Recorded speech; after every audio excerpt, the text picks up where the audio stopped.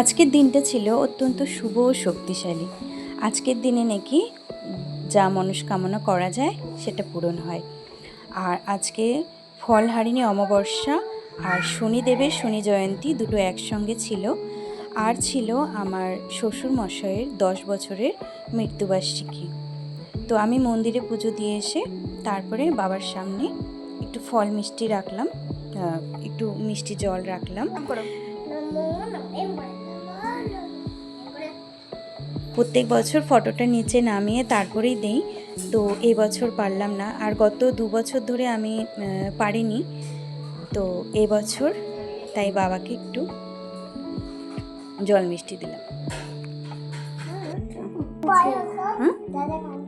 দাদাই কাঁদছে।